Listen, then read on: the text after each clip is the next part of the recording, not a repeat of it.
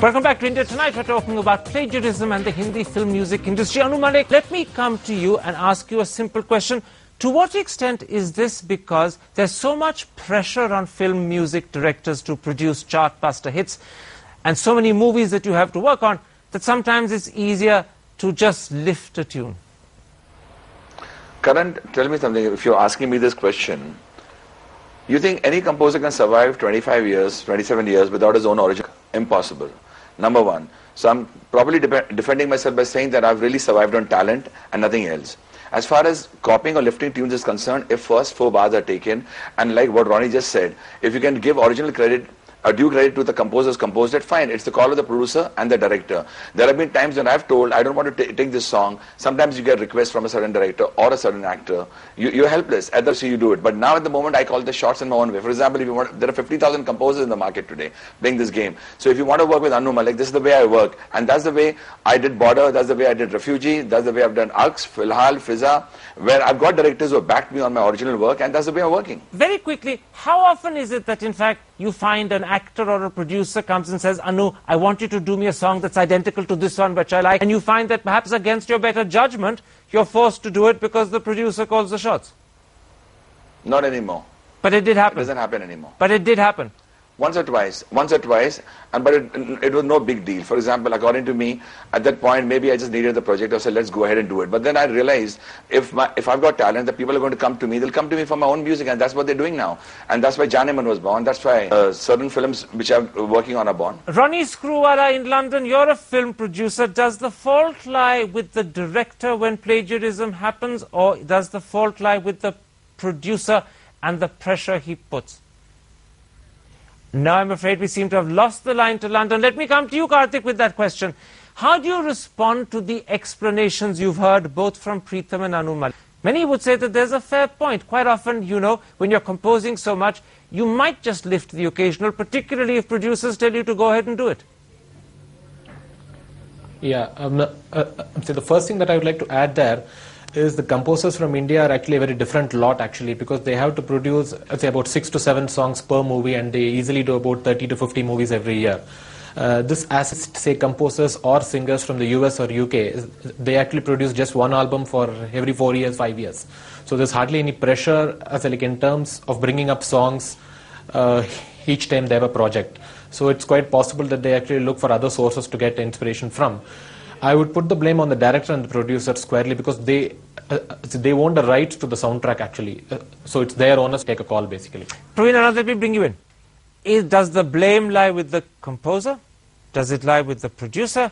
Does it lie with the pressure of the need for success? Because actually these are human beings and they operate within very competitive environments. Where does the moral fault lie? They're joint tortfeasors, which means the blame lies with all the players in the chain, right from the person who produced the faulty music to the person who displayed it, packaged it, and displayed it. So the way down the line? All the way down the line. However, the correct course for them to take is to license the music. There are examples in the Indian film industry where people have licensed music. It's cheaply available to license. What about when a particular song that you're inspired by or copying is actually out of copyright? There is therefore no legal bar on you whatsoever copying the tune. Perfect. In fact, you have a huge amount of music in the public domain, traditional folk music. You can take that completely without any copyright. The copyright only lasts for 50 years. If Pritam's borrowing, so to speak, of Harry Belafonte's The Woman is Smarter, was borrowing something that is outside copyright, it's not legally wrong. No. It's only morally wrong, but it's not legally wrong. No, it is legally right, is morally correct now. So it's not even distinctive on that grounds. That's correct. Pritam, let me come back to you. Do you think for the future, when people are inspired, they should admit it up front and ensure that it is on the label of the track so that everyone knows? Well, Karan, I have coming to this issue that whenever possible, I have tried to admit it, because if you see Bhigi Bhigi Gangster, the copyright was taken because it was easily available and it could have been taken. See, it is much easier because it is your version. you're creating. Your credit doesn't go. You work as hard on a song which you're taking from somewhere, which you're remaking in an original song. Making a melody is only a little percentage of making a song. Okay. You have to work as hard on a song which has to be taken from somewhere. And also, Karan, one thing I want to point out, if we are talking so much about moral issues and so much about copywriting, why aren't we talking about the due the composer should get? We just work on a song, we get a little amount of money, and so we have to produce more and more songs. Let me bring you in for the last word. Malik, let me bring you in for the last word. Given the explanation that you and me, that Pritam's given me, do you think that a site like ItwoFS is perhaps doing Indian film music composers a bit of discredit? Because it seems to suggest something without actually giving the full story? No. Karan, if you give me 1 minute, I'll explain to you. One, I think it's not giving. For example, I'll speak on my behalf. I'm very inspired because if there is a site and that's a watchdog on your music and finding out what you're doing from away, it motivates me to be very, very original, which I am, which I can be, and I want the directors to give me that kind of space, which they are giving me at the moment. I'm doing a number of work, and it's really happening where the directors are just leaving me and saying, okay, we trust you, this is what we want from you, and I've just signed up those films.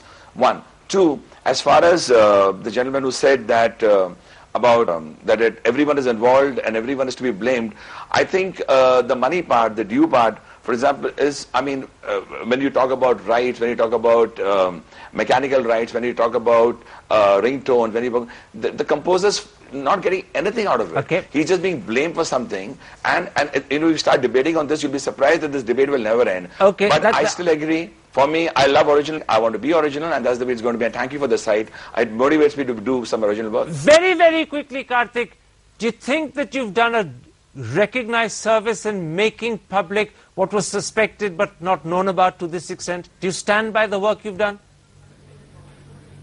Absolutely, I stand by the work. It just creates some kind of awareness of music that has been copied or plagiarized. That's about it. That's that.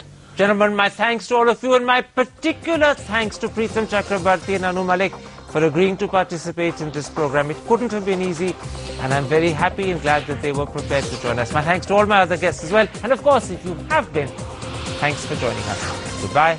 Good night.